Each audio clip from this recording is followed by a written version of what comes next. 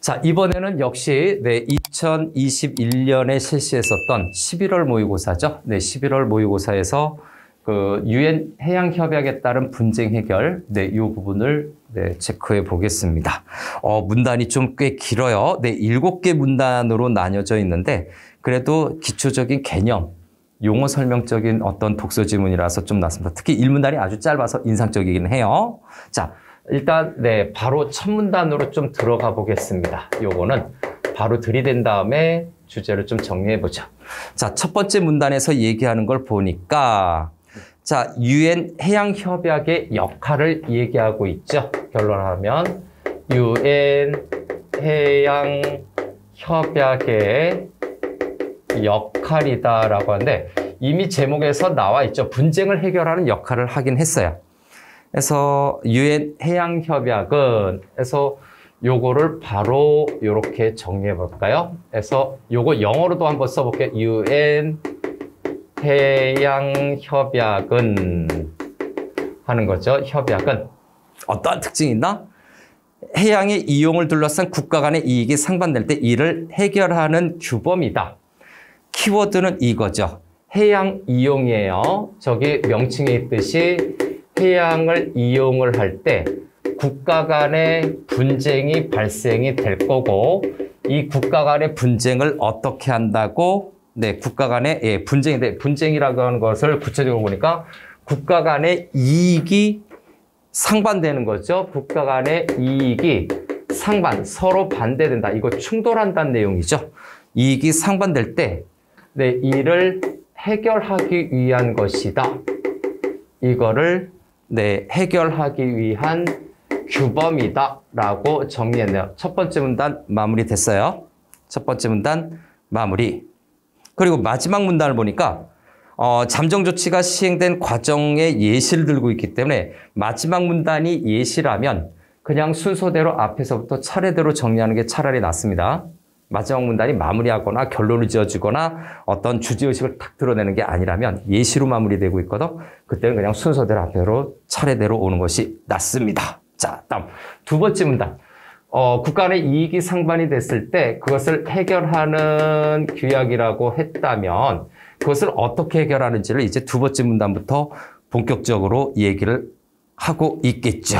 그래서 해결 방법입니다. 그래서 키워드로 또 정리하면 해양의 이용에 있어서 해양을 둘러싸고 유엔 해양 협약에 대한 해석이나 적용에 분쟁이 드러날 거예요. 그래서 해양을 이용할 때 국가 간의 분쟁이 발생이 됐을 때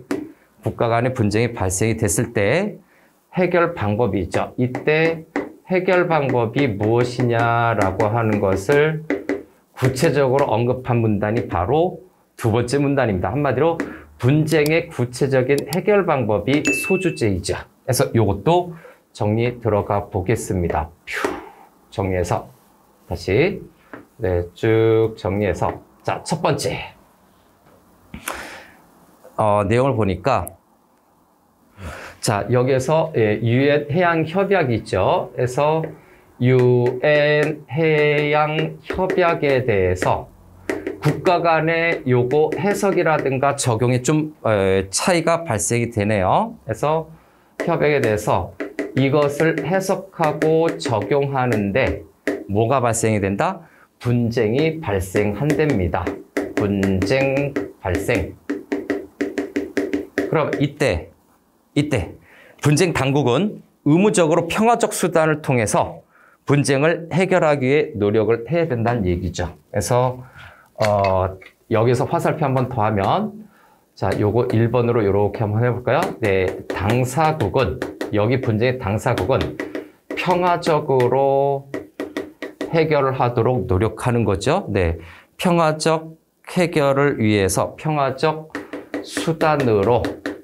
수단으로 분쟁을 해결하기 위해서 노력을 해야 된다라고 얘기하는 해결하기 위해서 노력해야 함. 자, 그러면 여기에서 두 번째 이렇게 평화적 해결을 강조한 이유가 있겠죠. 그래서 평화적 해결을 의무화한 그죠? 네. 의무화한 이유가 있을 겁니다. 평화적 해결을 의무로 정한 이유를 또 정리해 봐야 되겠죠? 왜 의무로 정했을까요? 라고 봤을 때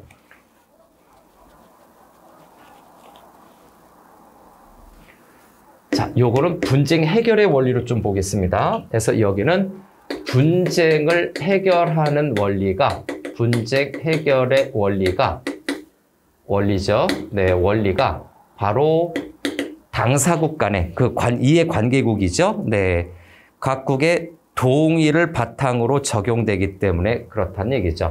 원리가 동의를 네, 바탕으로 적용이 된다. 그 당사국이 서로 동의를 해야 된다는 얘기예요. 바탕으로 네, 적용되기 때문에 이것이 이유가 된다. 동의를 바탕으로 이 협약이 적용이 될 수 있기 때문이죠. 그런데 만약에 이것이 평화적으로 해결이 되지 못한다면 그래서 평화적인 방법으로 해결이 안 된다면 그 다음엔 어떤 절차로 들어가느냐? 강제적 절차로 들어가게 됩니다. 그래서 그 부분은 강제 절차에 들어감 이렇게 정리할 수 있겠네요. 그래서 여기는 강제 절차에 들어가는 거죠. 두 번째 문단도 마무리됐습니다. 자, 그래서 해양 문제를 둘러싼 이제 해양자는 좀 빼고 해볼까요? 이 분쟁을 분쟁을 해결하는 기구가 있을 겁니다. 그래서 해양에 관련된 분쟁을 해결하는 기구가 무엇인지를 좀 체크를 해보니까 자, 앞에서 언급했었던 이 강제 절차라는 것이 있네요. 그래서 계속 이어서 여기서도 첫 번째 강제 절차가 무엇인가 요거를 좀 정리하겠습니다. 자, 여기서 얘기하는 강제 절차 그 개념이 뭡니까?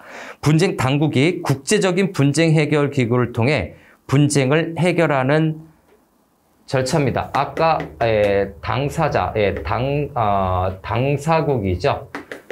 당사국이 자, 해결 기구죠. 국제 분쟁 해결 기구를 통해서 어떻게 한다고요? 분쟁을 해결하는 절차입니다. 다시 한번 분쟁을 해결하는 절차가 바로 강제 절차의 이게 뭐다? 개념입니다. 요것이 개념에 해당이 돼요. 강제 절차의 개념. 당사국, 해양 분쟁이 벌어진 그 당사국이 국제적인 해결 기구를 통해서 분쟁을 해결하려는 그 절차가 강제 절차다라고 하는 거죠. 그래서 이때 선택할 수 있는, 이때 선택 가능한 국제기구가 있겠죠. 선택 가능한 국제기구는 이거는 예시를 들 수밖에 없네요. 중재재판소하고 국제해양법재판소가 있어요. 각종 UN 중재기구겠죠. UN에 관련된 중재재판소네요.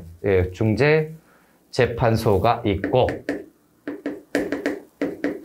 중재재판소, 그 다음에 또 하나는 국제해양법재판소네요. 국제해양법재판소가 있다. 근데 이거는 각 양국의 동의 절차에서 비롯되는 거를 우리 앞에서 체크했었습니다. 그러면 좀 궁금한데 좀 이어서 볼까요? 이어서 보면 자, 2번인데 3번으로 보면 저기 중재재판소는 뭔가? 중재재판소의 특징도 간단하게 언급이 되어 있으니까 정리해 보죠. 중재재판소라고 하는 것은 필요할 때마다 당사국 간의 합의를 통해서 구성이 됩니다. 그래서 요거는 필요할 때마다 우리말로 좀 바꿨어요. 필요시에 합의를 통해서 구성이 됩니다. 합의로 구성이 되는 기구예요. 구성되는 기구다. 한마디로 임의적으로 그때그때 생기는 기구예요. 그런데 국제해양법재판소는 다시 국제해양법재판소 얘네들은 늘 그 설치가 되어 있어요. 그래서 요거 상설기구라고 얘기합니다. 요거 상설기구다라고 하는데 상설이라고 하는 것은 항상 설치되어 있다. 항상 설치되어 있는 겁니다. 이 단어 뜻은요. 그래서 상설기구인데 이 상설기구에서 국제해양법재판소에서 그럼 상설기구의 특징이 무엇인가? 일단 재판관을 임명합니다. 상설기구로서 재판관이 이미 임명이 되어 있어요. 임기가 있겠죠. 재판관이 임명되어 있고 또 뭐가 있다? 조직이, 이 재판을 할 수 있는 조직이 사전에 구성되어 있다라는 거죠. 미리 갖춰져 있기 때문에 좀 밑으로 할까요? 그래서 임명이 되고 이 재판의 조직이 사전에 구성이 되어 있다. 구성됨 이 정도로 체크해 보겠습니다. 상설기구예요. 상설기구의 특징.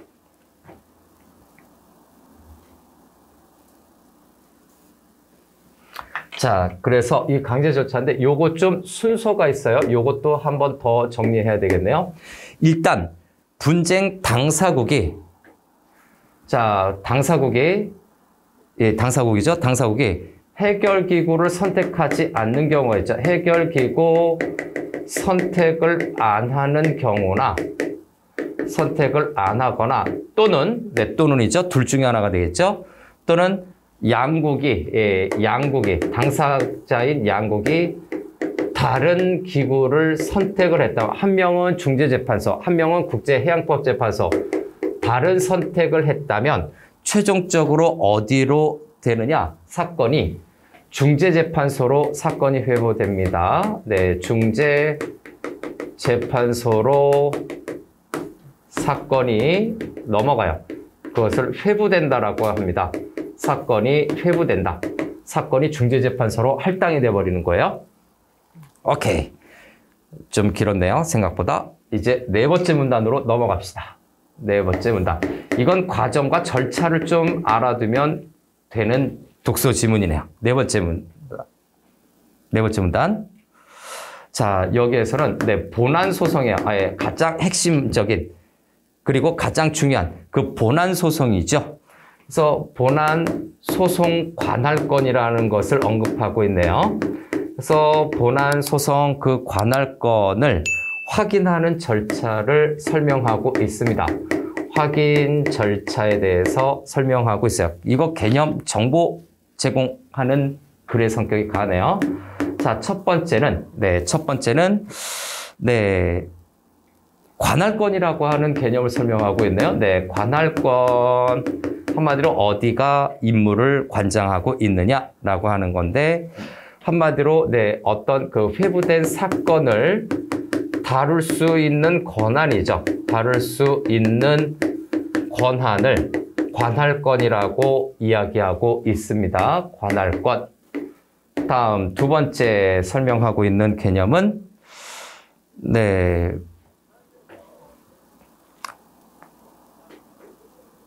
여러 가지 좀 과정이 나와 있네요. 그래서 본안 소송 관할권의 존재 유무를 판단해서 확정하는 심리 절차가 있는데 순서가 좀 나와 있네요. 그래서 본안 소송의 관할권, 요 순서 과정이 나와 있습니다. 관할권이죠. 관할권 체크해야 되겠네요. 이 관할권을 여기도 있고요. 관할권의 존재 유무를 판단하는 절차가 있네요. 존재 유무를 이것이 관할권이 있냐 없냐라고 하는 판단하고 유무를 판단하고 확정을 하는 네, 판단하고 확정을 하는 네, 심리 절차가 있다. 이 심리 절차 다음에 이어서 뭐가 이어집니까? 본안 소송 관할권이 확정이 되죠. 본안 소송 관할권이 확정이 됩니다. 네, 확정을 시켜요. 그래서 심리 절차죠. 네, 심리 절차 다음에 확정을 하고요. 심리 절차 다음에 확정을 하고 그 다음에 네, 재판인가요? 그래서 재판 과정이라고 써놓을게요. 네, 재판 1년의 과정을 거친 다음에 최종적으로 확정되는 순서로 네, 이렇게 본인 소송 관할권 확인 절차 및 네, 진행 과정이 언급이 되어 있습니다. 자, 이제 5번째 문단으로 넘어갈게요. 5문단. 자, 5번째 문단에서는 잠정 조치에 대해서 얘기하고 있습니다. 네, 잠정 조치에 대해서 그 개념과 효과에 대해서 이야기를 하고 있는 문단이죠. 그래서 또 차례차례 정리를 해보면 일단 잠정 조치라고 하는 것이 무엇인지, 그죠? 그거를 여기서 얘기하고 있네요.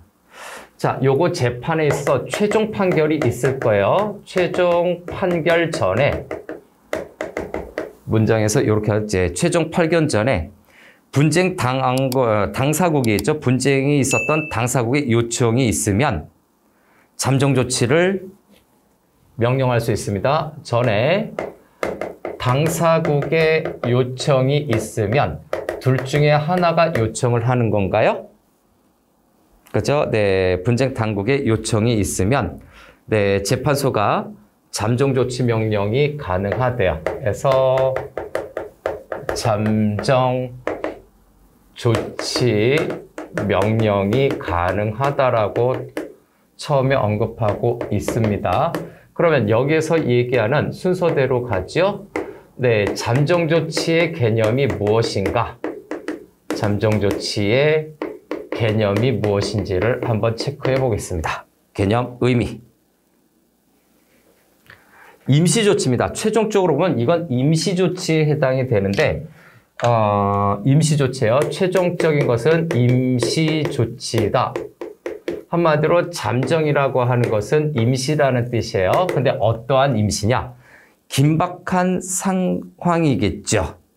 그래서 긴급한 상황, 구속력이 있네요. 임시조치지만 이 잠정조치는 긴급 상황인가요? 네, 긴급 상황이면서 구속력이 있어요. 네, 강제력이 좀 있다라는 내용이지요.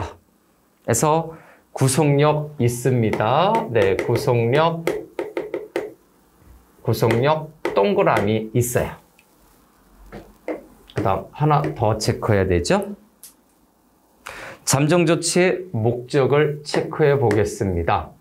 그래서 여기에서 언급하는 네, 잠정조치의 목적은 무엇인가 라고 정리를 해보니까 잠정조치의 목적은 분쟁 당사국의 이익을 보호하거나 해양 환경의 피해를 방지하는 거죠. 그래서 네, 이익을 보호하는 건데 그 이익은 당사국의 이익을 보호하는 거예요.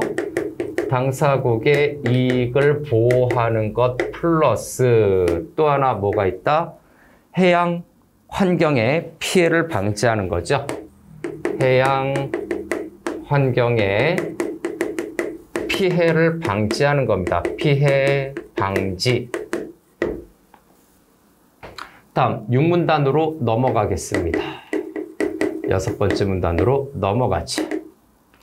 자, 6번째 문단에서는 잠정 조치를 담당하는 재판소가 있겠죠. 그래서 잠정 조치를 담당하는 재판소가 어디인지 요거에 대한 설명을 하고 있습니다.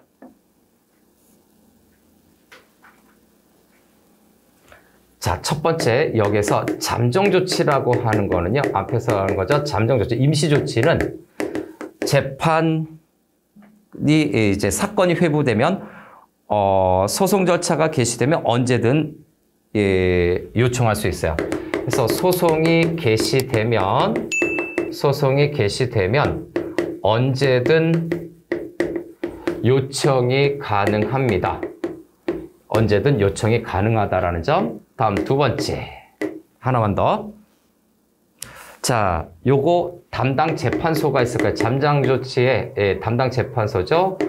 담당 재판소는 그럼 어디가 될 것인가? 아까 얘기했던 중재재판소인가라고 하는 건데, 자, 사건이 회부된 재판소에서 기본적으로 합니다. 그래서 본안소송 재판소와 잠정조치를 명령하는 재판소가 다른 경우가 있죠. 그래서 기본적으로 사건이 회부된 재판소예요. 저기 중재재판소나 해양법재판소, 거기 둘 중에 하나의 회부가 됐다면 사건이 회부된 재판소가 기본적으로 담당하는 재판소인데, 즉 잠정 조치를 할 수 있는 재판소인데, 근데 요 잠정 조치와 본안 소송을 하는 것이 본안 소송과 잠정 조치를 취하는 잠정 조치의 재판소가 다를 수 있습니다. 재판소 서로 다를 수 있어요. 중재재판소와 국제해양법재판소가 각각 다를 수 있다라는 거죠. 네, 구체적인 건 아마 좀 더 이제 파봐야 되겠죠? 6번째 문단 그렇게 마무리하고요. 다음 마지막 문단이죠. 7번째 문단으로 넘어가겠습니다. 자, 7번째 문단으로 가면 마지막 문단인데, 네, 잠정 조치가 시행되는 예시를 들고 있죠. 잠정 조치 시행의 예시를 제시하고 있어서 사실은 넘어가도 괜찮은 부분인데 그래도 정리해 보겠습니다. 자, 첫 번째죠. 네, 첫 번째. 일단 요 사건이 담당된 것이 사건이 회부돼서 담당하는 것이 거기 중재재판소로 나와 있는데요. 네, 중재재판소로 정해졌는데 사안이 아주 긴급한 거죠. 그래서 이렇게 되어 있었는데 만약에 긴급한 사안이면은 이것이 국제해양법 재판소에서 잠정 조치를 담당할 수 있습니다. 긴급 사안이면은 이때는 저기는 국제해양법 재판소에서 담당이 가능할 수도 있다라는 거죠. 담당 가능합니다.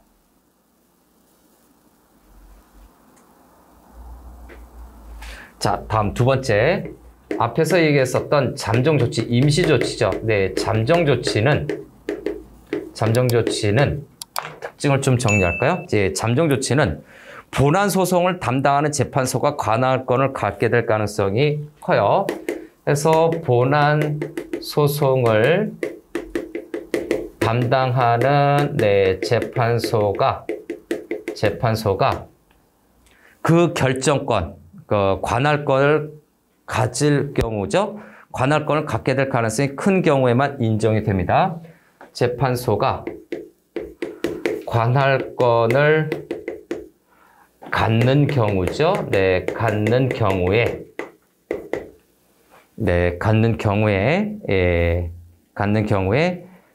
인정이 되는 거죠. 인정됨. 아, 잠정 조치는 그렇죠? 본안 소송을 담당하는 재판소에서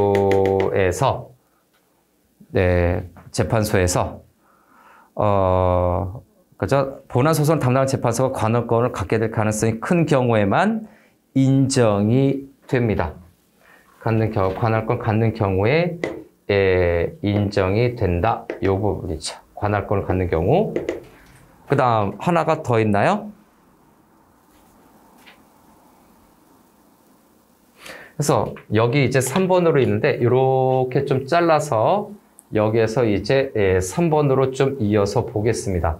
그래서 7문단 질문단의 내용으로 3번으로 좀 이어서 보면 저기 있는 거예요. 질문단 세 번째로 보면 잠정조치 명령이죠. 잠정조치 명령은 일단 본안 소송을 담당하는 재판소의 관할 건이 크다라는 심리 결과죠. 그래서 본안 소송에 담당 재판소가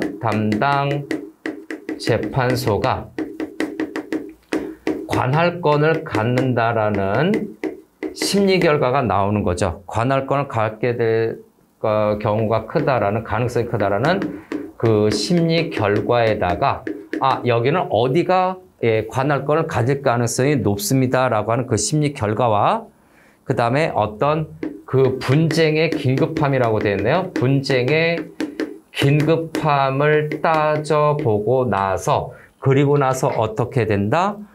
잠정조치 명령이 발동이 되는 거죠. 그래서 잠정조치 명령이 시행이 됩니다. 즉 이 본안 소송을 중요시해야 돼요. 이 본안 소송이 어느 재판소에서 담당이 되는지 그것이 거의 확정이 된 다음에 그 관할권이 확정이 된 다음에 이것이 또 긴급성도 있어야 돼요. 굉장히 다급한 면도 있어야 될 때 잠정조치를 일단 명령을 내립니다. 일단 멈춰. 잠정명령을 내리게 되는 거죠. 그래서 이게 마무리입니다. 지식적인 내용이에요.